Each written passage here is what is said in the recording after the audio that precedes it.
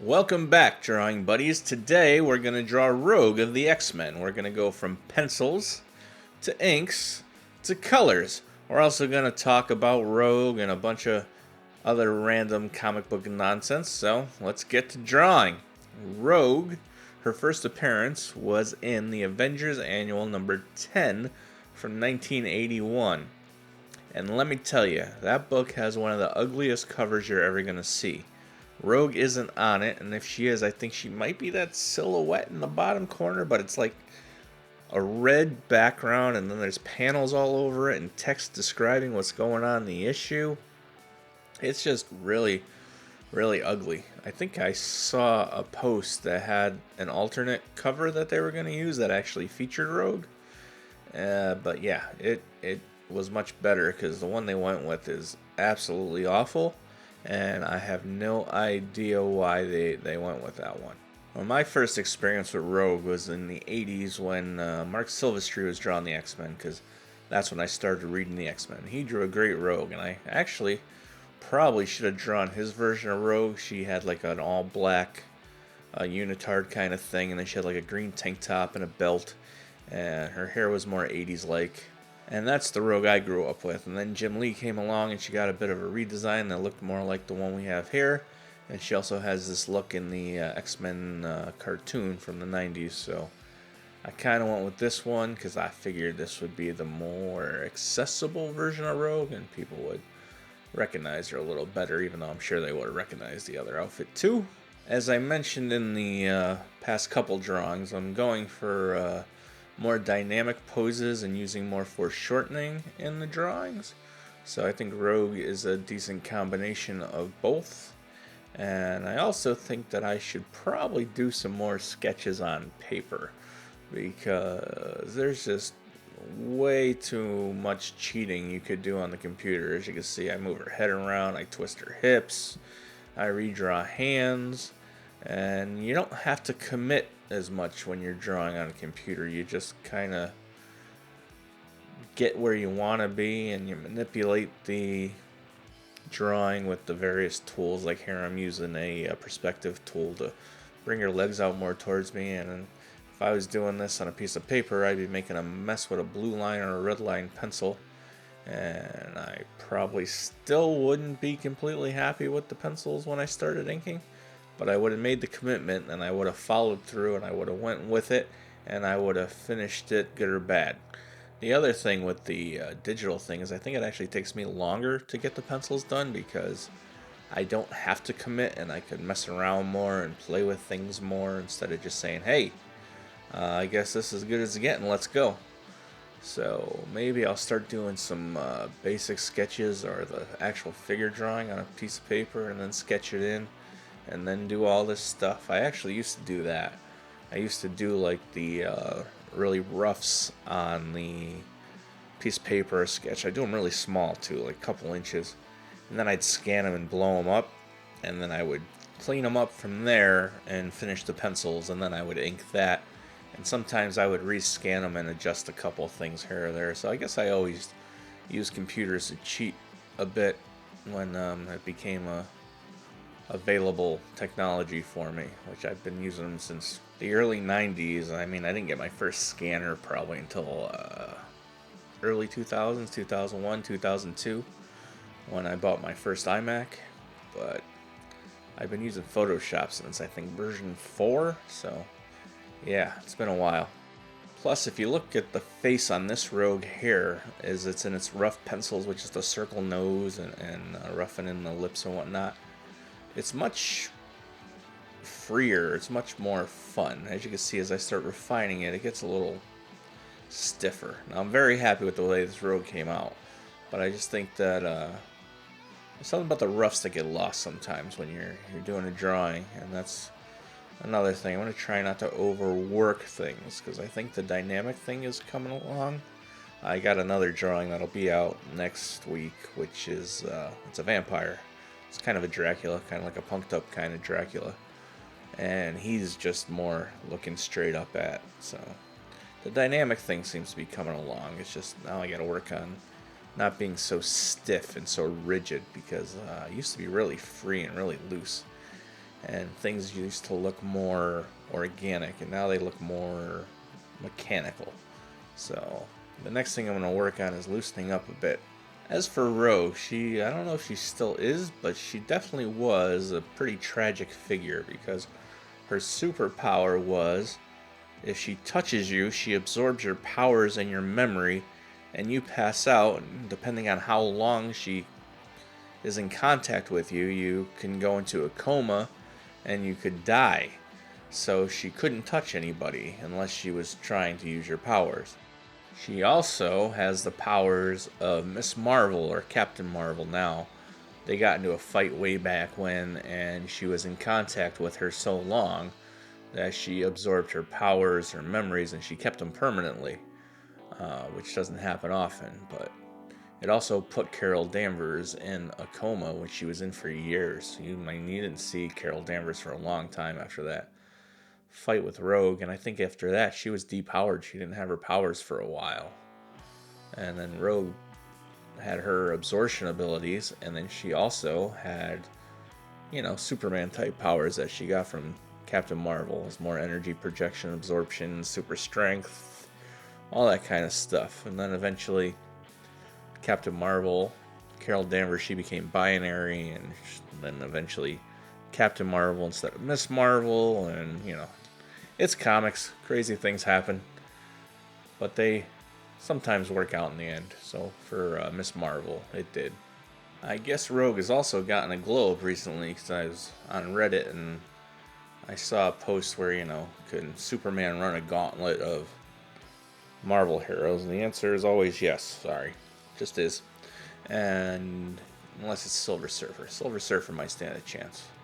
But Rogue was on the list, and everybody's like, Rogue? No way. But then a couple people chimed in and said that Rogue no longer needs to touch you to steal your powers. She can siphon them from afar. And even if you're too powerful and she can't knock you out or drain you or steal your powers, she can still use them. So she could take your powers, but then you keep them and you can still fight her. So that's pretty crazy. So I guess Rogue got pretty darn powerful in the past few years. Same thing with Iceman. Apparently Iceman can freeze time, for Christ's sakes. That's nuts. But we'll talk about him in another video if I ever get around to drawing him or have something that includes Bobby. I do remember reading a couple issues of X-Men back in the day, the Mark Silvestri run, where Rogue and Wolverine, they get their powers stolen or taken away, and they're trying to get back to, is it Genosha? No, it's the desert. I think when they're living in the town in the desert with the Aborigine Gateway who spun the thing, and they could go anywhere they want because his power was to open portals. And with their powers stolen, Rogue was just a normal girl. So she was cool. She could touch people, whatever. But Wolverine was messed up because he's got his adamantium bones. And the adamantium bones coated bones, they keep him from producing white blood cells because white blood cells can't get through the adamantium. And on top of that, the adamantium is poisoning him. So Wolverine is dying the whole time, and I forgot what exactly happens, but they get their powers back and live happily ever after, at least in that story. But yeah, that was a good one. There's a cover where they're pictured on a train top and the train's flying by, and just random things pop into my head when I talk about these when it comes to the characters. Things that I've forgotten about for years, and it's like, oh yeah, that happened. That's pretty cool. Yeah, thinking about the X-Men, actually, one of my favorite types of X-Men when I was younger was the X-Babies. I used to look forward to the annual coming out every year, and Art Adams would draw it. Going back to my favorite mainstream comic artist again, Mr. Arthur Adams.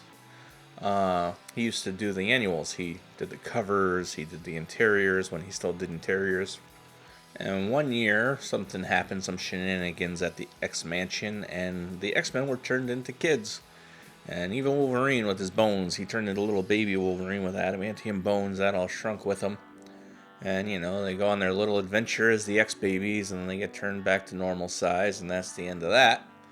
But they were popular, and Art Adams drew some cute-ass X-Babies, so the next year, the X-Men were thought dead. That's when they were in the desert, and everybody thought that the X-Men died, so they were working covertly, and Gateway would swing his little thing, and they'd show up, they'd solve the problem, they'd disappear again. So they were kind of like urban legends at that time, or myths. They weren't, but they were considered dead by the general public. And so Mojo of Mojo World, from the Longshot Limited series, his world is based on entertainment and people watching television, and that's all they do. And one of the favorite shows on his Earth were the X-Men. And now that the X-Men were dead, and they couldn't be seen by electronics either, or audio equipment, so they didn't exist. So Mojo couldn't exploit the X-Men, so he's like, I need new X-Men. So there's a bunch of things where they show all women X-Men, all robot X-Men, bondage X-Men, weird kinds of X-Men. And then pops up the X-Babies, and then Mojo's like, oh, no, not them again. We don't want to deal with this. And he was dropping them all down into a pit to their deaths. But when he did it to the X-Babies, they were smart enough to jump out of the way and escape. And they just shenanigans ensued, and the X-Babies survive and go on to rue the day, and they end up with, I think it was Rita. There's a character named Rita in the Longshot miniseries who was kind of forgotten about afterwards. And Mojo held her captive and had her on the mast of his ship and stuff. And they free her, and she helps the X-Babies and becomes part of the crew. And there's a couple fun Wolverine scenes. One's with him and Colossus. I think Wolverine insults one of the girls or something, so Colossus punches him in the nose, and he's holding his nose. I pow my nose. And then there's another one where he's underneath Mojo's chair at the end, and he wants to pop his claws, and he's conflicted because he's a kid. And he's like, I can't, I shouldn't, this is something I should not do, it's bad. But then he's like, screw it. Well, he doesn't say screw it because he's the next baby, he's a kid. And he pops his claws, and it goes through, and it hits Mojo in the butt, and he jumps out of the air cartoon style, and the X-Babies get away. And that's the last I remember the X-Babies. I know they brought them back.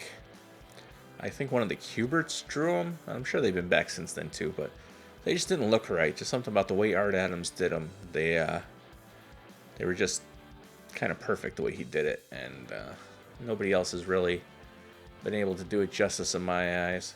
I don't know if I could pull it off. I definitely can't do it as good as Art Adams, but now I kind of want to draw the X-Babies, so maybe when I got some free time and I'm not working on a drawing for the channel, I'll try doing some sketches and see if I could make the X-Babies work. And if I don't hate it too much, I will do a little X-Baby shot for the channel and do that up, because I think that would be kind of fun and different, and it'd be almost like the Chibi style stuff, but they'd be little kids in X-Men outfits whooping butt.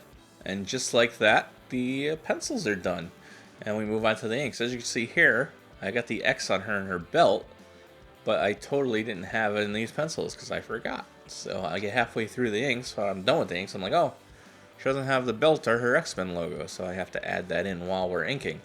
So that was fun, but you know, it all gets done. The inks actually take a while for Rogue, because one, my iPad's just been not behaving and drawing random lines all over the place, and I've been to the Apple store a bunch of times, and they finally actually replaced my iPad today.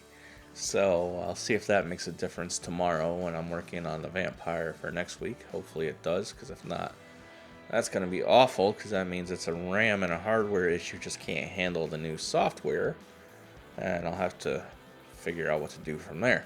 So that was one of the problems with just random lines shooting everywhere I'm drawing. You'll see it here. I didn't really erase them all that much. The other problem I had was I decided to be fancy and use a different brush to do all the inking. I usually use the G pen, which goes from thick to thick, things to points. But for some reason I decided to use the markers, and I used I don't know what it's called, but it basically keeps a consistent line and nothing goes to a point. Because I figure, that's kind of what I've been using to do my blank covers and sketches for conventions and stuff. Well, let's try it digitally. I should have abandoned it right away because it was not good. And it took me longer to get everything done because of it. Because I have to go over lines multiple times. I have to redo things a bunch of times so they don't come to points. And I'm not going to use that brush anymore. And that's not true. I will use that brush for certain things, just not for inking the actual characters. At least not their organic parts, because it just didn't work out the way that I was hoping it would. So, the other problem is, completely unrelated to that, is I got the new iPad.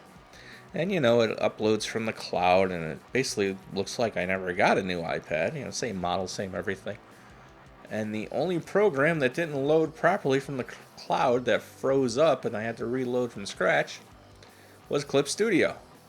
And the problem with that is I had a lot of custom brushes that I got from True Grit Texture Supply. Again, sponsor me one of these days, guys. I love your stuff. But I use those dots I use their brushes for my Ben Day dots and for that marker look on Galactus and Silver Surfer. And they got line dots, and they got these cool, for the Hulk, the background of the Hulk is like a rough brush kind of thing. And I use those a lot. So now I got to reload all those back in, and loading brushes into an iPad's a real pain in the butt. So I think that's going to be after we finish Dracula Problem, because I don't plan on using Ben Day dots or any rough brushes on him. I'm actually trying more of a shaded thing. I'm coloring the way I normally color, but then I'm adding some gradient to it. I'm not a huge fan of gradients, but I watched a tutorial on some stuff and I really liked it. And I'm trying to get things to be less flat and less stiff, so just throwing some gradients over certain parts of the drawing should help with that. So we will find out. And I was playing around with it last night on the vampire, just throwing the gradients all over the place, and I didn't hate it. I deleted it all because I didn't actually finish coloring them, so I'll have to start all that over again. But it should be cool, and if not, we'll find out together next week. So join me next week to see if I fail miserably in my gradient run and color and whatever the heck that would be called.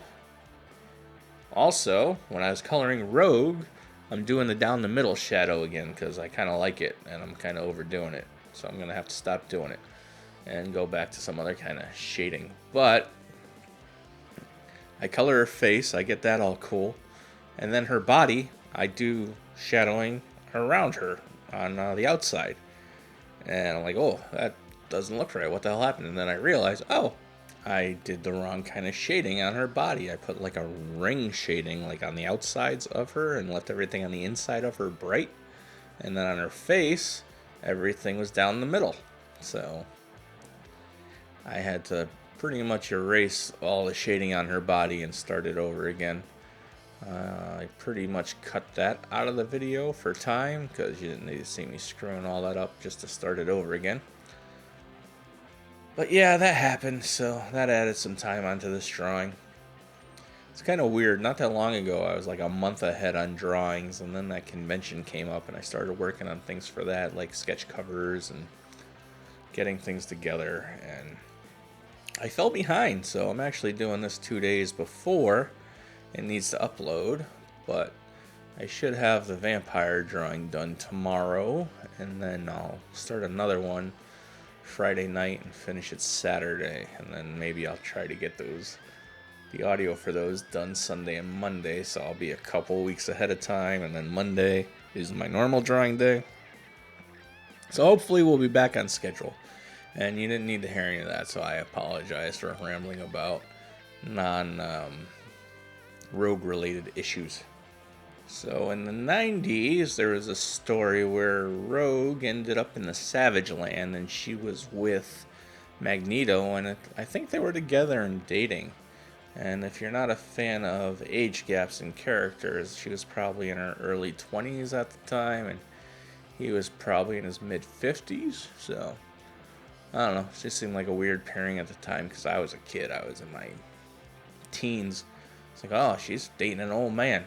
Now I'd be the old man, so I don't know. But it just seemed weird at the time. And that's the time when she had the ripped up version of this outfit. And, she had a lot of skin showing and the thing was torn up. And she had the headband and it was all ripped and ruffled. And Jim Lee drew that. It was pretty cool. There's also a really awesome Jim Lee cover from the Uncanny X-Men run where it's Rogue fighting Miss Marvel on the cover. And it's a big shot of them just going at it. But the Miss Marvel on the cover, she's like a zombie because Rogue stole her powers. And I'm pretty sure in that issue, Rogue is having nightmares about it. And she's being attacked in her dreams by the spirit of Miss Marvel. Because not only did she steal her powers and her memories, she kind of stole part of her soul. So part of Captain Marvel was trapped, might even still be trapped inside of Rogue. So that was an interesting one. And the cover was awesome. I think I still have one. I might look that up later and see if I got a copy, because it's a really nice cover. I also remember an issue, I don't know if it was an Uncanny or if it was in one of the annuals drawn by Art Adams, but it was Rogue and something happened and she had to steal Longshot's powers. She needed the luck power to get through whatever they were going through, and she was the only one strong enough to do it. So she has to steal Longshot's powers. And one of the things is when Longshot's doing his thing, one of his eyes glow. And like when she stole his powers, her eyes started glowing and it got the same look. And it was really cool. It's a nice visual. Just a little Rogue aside that means nothing because I don't remember the story, the issue, where it happened, who drew it. Just a vague memory of something Rogue did. And then obviously Gambit shows up, and Rogue and Gambit go all gaga over each other. In fact, I think they're married now, because I want to know what year Rogue's first appearance came out in, because I've had it a few times, so I knew it was Avengers Annual 10. I just wasn't sure if it was late 70s or early 80s. It was 1981. I believe I said that in the thing. And it said that her name is Anna Marie LeBeau. And it says her maiden name is unknown, so we don't know her last name, but apparently she married Remy LeBeau, because that's Gambit's last name. That must have happened in the time that I haven't been reading comics. So if she's still married to Gambit, let me know, because I had no idea. I know there was a limited series, Rogue and Gambit, and there's a heart in it and everything, so I don't know if they were married before that, if they were married after it. Yeah, so Rogue started out as a villain. She was Mystique's daughter. I don't know if that was retconned, if she was really Mystique's daughter, if she was an adopted daughter. I don't remember. And if I remember correctly, she was a member of the Brotherhood of Evil Mutants. And then whatever happened, there's an issue of the X-Men where she's fighting the X-Men. And then in issue 171, she becomes a member of the team. So something happened there to make her change her ways. I think it's just because she was really popular, so they wanted to bring her into the good team. And at the time, the X-Men was the most popular book that Marvel had, that and Spider-Man. Because like I said, there was a time where nobody cared about the Avengers, nobody cared about Iron Man, nobody cared about Captain America, nobody cared about Doctor Strange especially, or Ant-Man, or any of the characters you see in the movies now. It was all either the X-Men or it was Spider-Man and the Hulk. The Hulk was fairly popular the whole time too. But all those other characters were D-list characters at the time, or some of them were B-list. But yeah, if you weren't an X-Men or a mutant back in the late 70s to late 90s, nobody cared about you in Marvel. Your book was always close to being canceled, and that's just how it was. Even Daredevil, I've said that before, Daredevil was always on the verge of cancellation too. In fact, they almost canceled Daredevil, and they were calling it Daredevil and Black Widow for a while, and then they said, let's let this Frank Miller guy write the book. What's the worst that could happen? We'll have to cancel it. We're going to do that anyway. And he turned the ship around and made Daredevil really cool for a little while. But that's not really X-Men or Rogue related either. I also noticed in this drawing that I leave a lot of little white spots and specks in my blacks. I from filling things in and having lines that intersect and then they don't actually cover each other. And sometimes that looks cool, and sometimes it just looks like, oh, you forgot to finish that line. And I think mine falls mostly into the latter. And I don't really see it as much when I'm drawing on the iPad because things are much smaller. It's when I get back to filling things in with the video, or if I'm zooming in on something to color it, I'm like, oh, okay. So this one I actually go back over it a little at the end and fill in some of those. Most of them, when I make the prints, because I make prints of most of these, and I print them out at like 9 by 12. And that's usually smaller than it's technically being drawn, so that hides some of that too. And also the color hides some of it, so I got to start going over my inks a little more and make sure that I fill things in better and don't leave as many little speckles. This is what I was talking about. I finished inking her, and I totally realized I forgot her X belt and the X symbol on her chest. So here I am correcting that error. So I had to pencil it first so I knew where it went and everything, and then I just inked it up and got it done. So no harm, no foul. At least it's not one of the ones where I finished the whole drawing and noticed it, and then I added in quick and it just pops up in the finished picture at the end, because I've done that a few times on these. Although one thing I did notice is I never put the white around the rim of her belt. So when I do the background, which is a gradient, which I talked about not liking gradients, and there's one in the background, you can see the purple through her belt. So I'm gonna have to fix that before I do the prints, but the video is already all edited together, so I'm just gonna leave it. So I apologize in advance for being lazy, but it happens sometimes, and I'm trying not to let it happen all that often. But with anything else, sometimes you just forget a little detail or something, and that's one of the little details that I literally just noticed while I'm doing this. I'm looking at the picture, I'm like, oh, the surrounding her belt is purple, not gray, because I'm doing the belt and I'm thinking about it.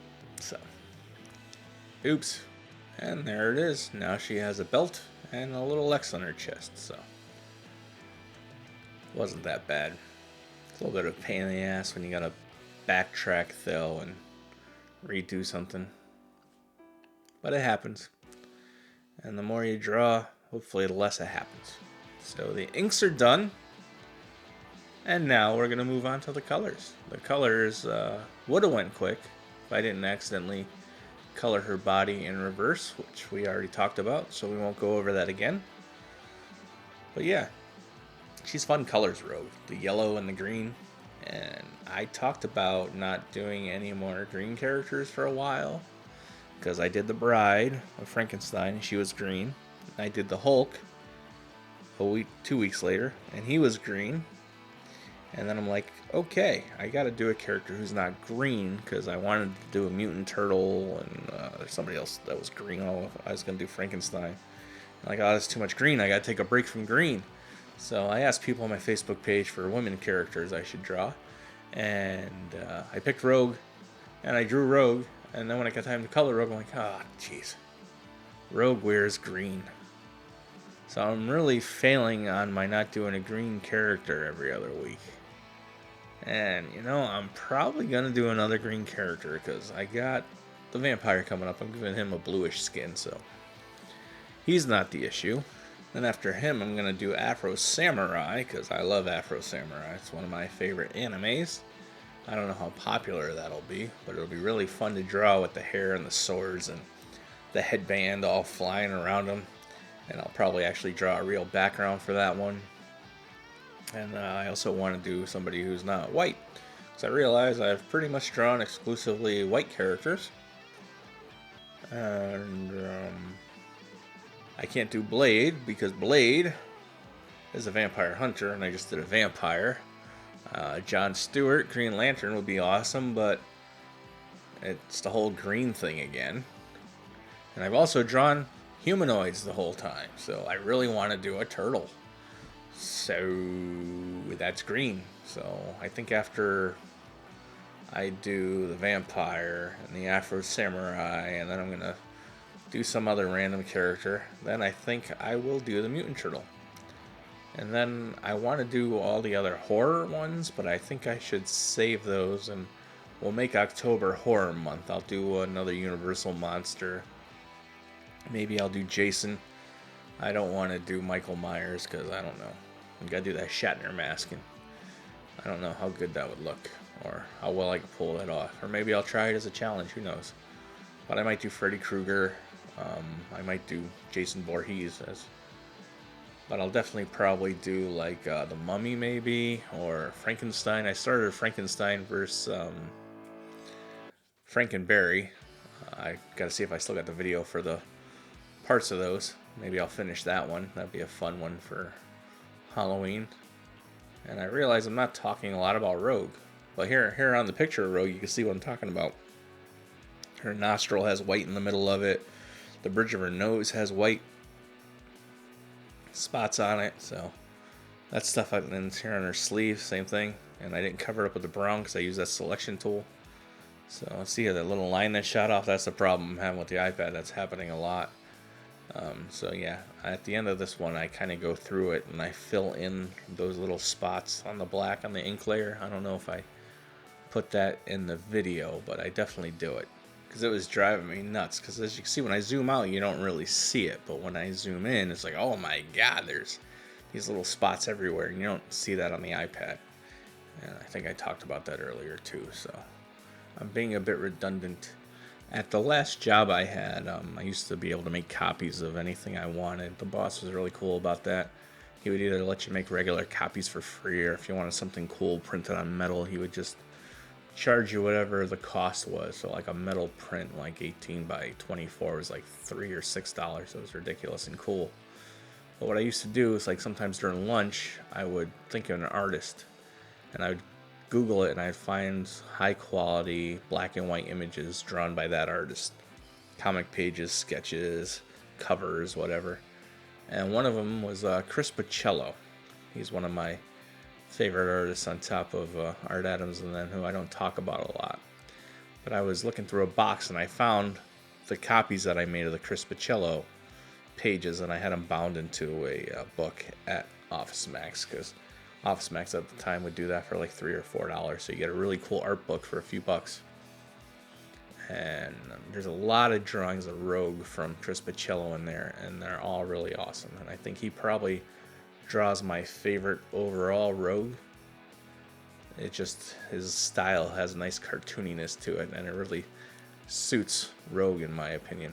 So going back to Rogue joining the X-Men, what happened was the Carol Danvers part of her, it was another personality in her head, and I think it was Mastermind. He brought it out, and it was conflicting, and she couldn't get past that, so she turned to Professor Xavier for help because her teammates in the Brotherhood were not cool about it.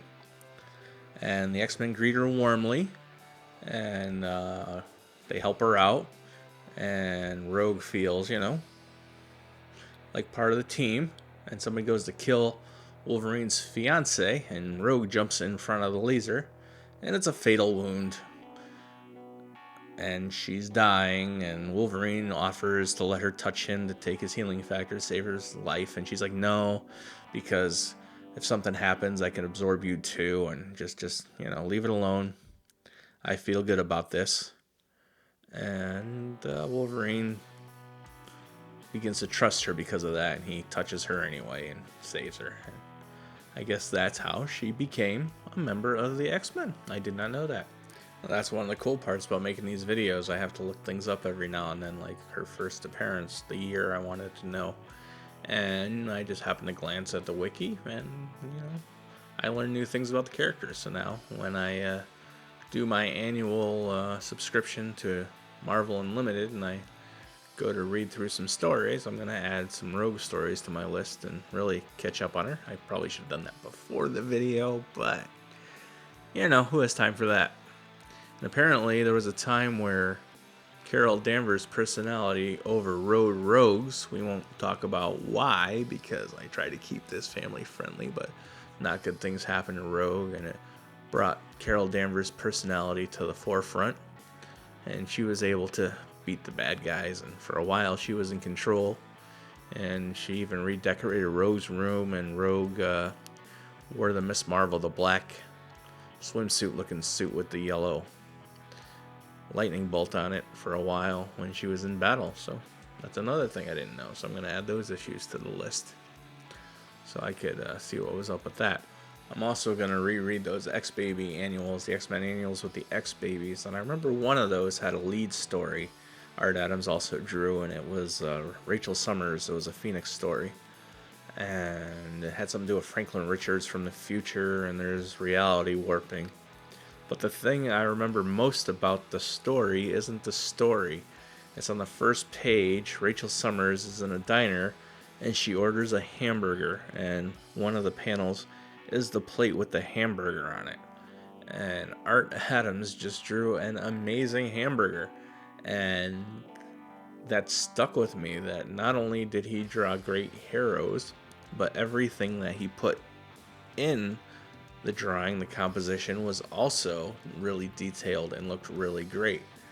Like that cheeseburger and just the diner itself. And so if you could draw a cheeseburger as good as you could draw Rachel Summers or Rogue, I mean, that's kind of what you need to be able to do to be a comic book artist. So these are all things we need to work on. I've also been thinking about doing a short 8-page story of a comic character that I created.